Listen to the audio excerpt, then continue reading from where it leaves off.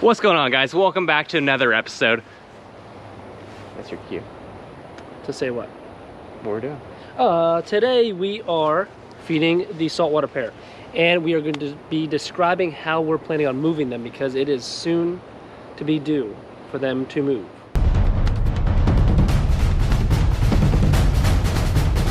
Well, obviously you guys have seen that we haven't moved the big salties yet, or any of the saltwater crocodiles yet. We've only moved the Niles, and yes. The reason for that is... we roped those up is because we haven't come up with a way to essentially noose them without catching them up yet, and we were doing an introduction. So obviously with that trio, we had to rope them, we had to catch them up, we had to put our little cable system and tape them up so when we do the introduction, they can't hurt each other.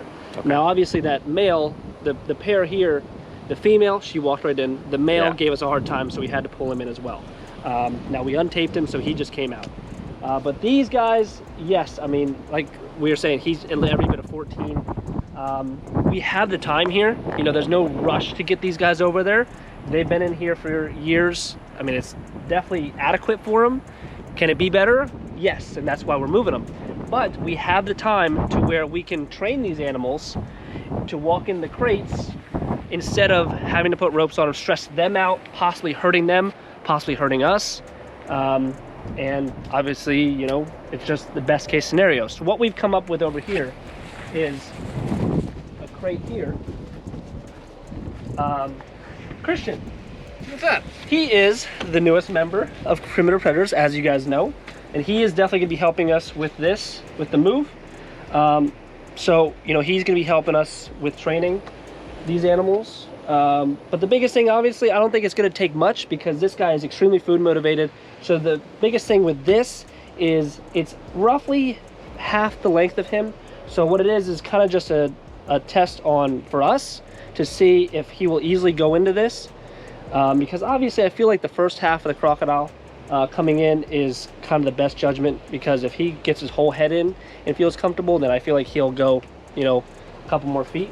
So with that, we'll just see if he'll walk in with food. So what we have to do is we have to cut the fence out there, build a little piece so it's secure so he can't get out. And then when we go to test him, we open this up, see if he'll walk in. And if he does, then we know, okay, we make it twice as long, put the crate in here, have the top open, lead him in, shut the doors, close the top, and we're done. But that's the thing, guys, you know, we talk about training, but in this case scenario, I don't think there's going to be much training involved. Now, the female is far, far smaller, so I feel very comfortable putting a rope on her and easily catching her up. I mean, 3 people comfortably could catch her, and I mean, it would be a very, very quick process. So the biggest thing is getting that monster secured, so then we can go in there and easily catch her up. And it's not an introduction because they've been together for years, so we don't need to tape them up. So we can just get them in the crates, keep them untaped, move in the new facility, open the doors, let them go on their way. But today, guys, this is not ready yet, and we're getting a good window of some warm weather. So what we're going to do is we're going to feed these two, get a nice full belly in them in these winter months, because hot weather like this isn't too often. We're going to take advantage of it and get a good meal in them. Hey, buddy, come on. Ready, Ryan? Yep.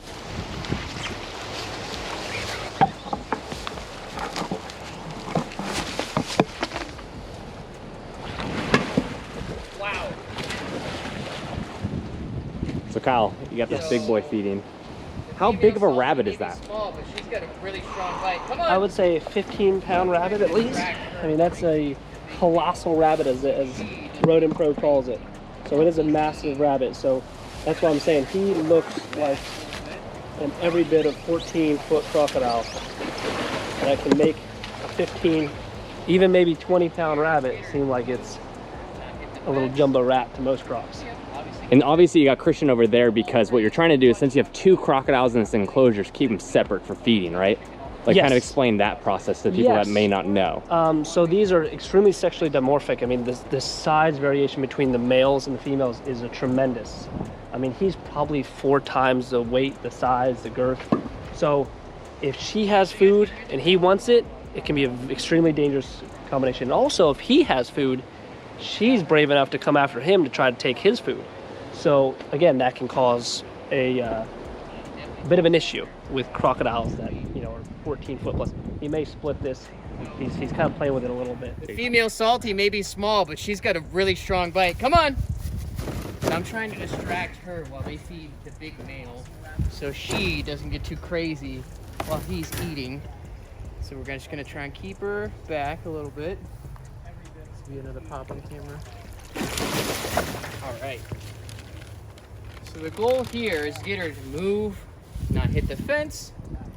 You know, obviously get fed. The whole prey is much, much better for the crocodilians than said if we only fed them chicken all the time.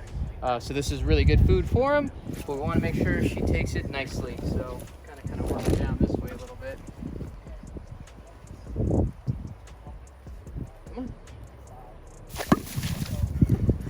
So you guys can hear the jaws pop. Crocodiles have literally the strongest bite force on the planet ever measured. So not her in particular, but saltwater crocodiles' bites are no joke. So she definitely takes after her mate over there, the giant male. So the whole goal of this is to have her obviously take her food, but take it again nicely in a way. So when she's being a little crazy, we're gonna kind of back off and kind of let her hang out there. And this is the real reason why I'm here, guys, to work with crocodiles. Last video kind of teased about being a tegu guy, but honestly, we're here to work with all the reptiles, but crocodiles obviously have a big part of my life. So we're gonna see if she wants another piece all the way over here now. Come on.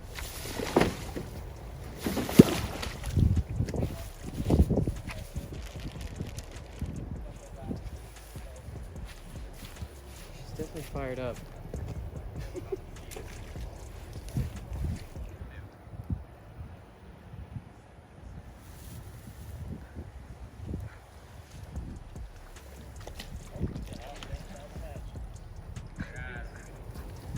That's insane.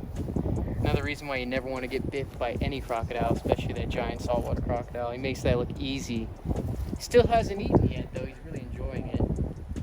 Let's see if we'll throw her back here in a minute. Try and give her another one, but I want her to get a little closer to that side and not hit her face on the fence. Try and keep her looking beautiful. Here we go. Ah! Perfect. Found the hidden ones. There you go. A little bit of salad with the entree.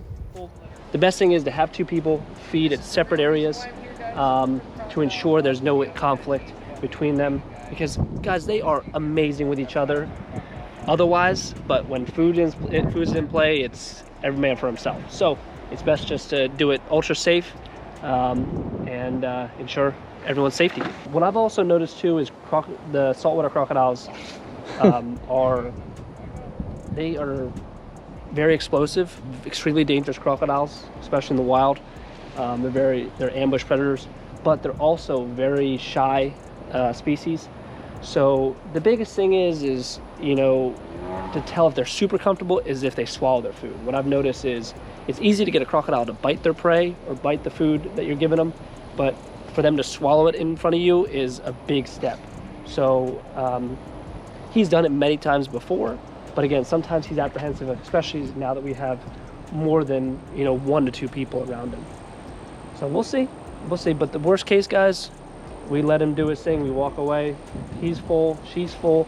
We know they're not going to fight, and then he'll swallow them. So like I said, I really want to take advantage of this warm weather and get a lot of food in them, especially whole prey, just so they have all the nutrients. Or if we do get those cold nights, then they can kind of just go on the reserves. But also too, guys, like I said, with the cold, you know, like any reptile, they kind of slow down their metabolism. They're burning far less, so you don't have to worry about them starving or whatnot. But again, it's just nice to... Well, she didn't get that last one? No. Let's see. Oh, she missed it again. It's crazy how their quick twitch muscles, how fast they can react to something. Australian saltwater crocodiles are extremely twitchy species, for sure. Oh! Too big! Too big.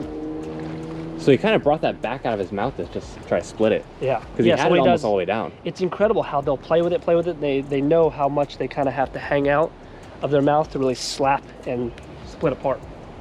Girl, you got... Look at this. There's 2 rats next door. A rat hanging out of her mouth, the tail. But she will just have to find them. Ooh. Oh, she found that one. I am truly in awe to work with this animal every single day. I mean, it's such a privilege to work with something like this. I mean, I honestly gotta say, I mean, he's one of the prettiest Australian saltwater crocodiles I've ever seen. I mean, for being such a young animal, his size. I mean, you say young animal, how old is he? He's probably 20. And I mean, they've been known to live 80 to 100 years. And he is just absolutely beautiful. Again, it's such an honor to work with such an amazing, incredible animal. I mean, this is truly a modern day dinosaur. You know, this guy is the epitome of your passion for dinosaurs as I was a kid, you know? I mean, went from dinosaurs to reptiles to crocodilians, alligators mostly, and then to crocodiles. So this is it, guys. You know, I truly am living the dream. It's incredible to work with such a beautiful animal. All right, guys, the Australian saltwater crocodiles are officially fat and happy. Yeah, so they're gonna go ahead and eat the rest of their food. Now we're gonna end the video here. Don't forget about that competition or the giveaway. So make sure that you're liking, commenting, and subscribing, getting some of your friends to subscribe, and make some noise so that we can see you, so you can come visit us. But in the meantime, make sure you like, comment, subscribe to this channel, this video. Check out our Instagram at Primitive Predators, and we'll see you on the next one. Bye, guys!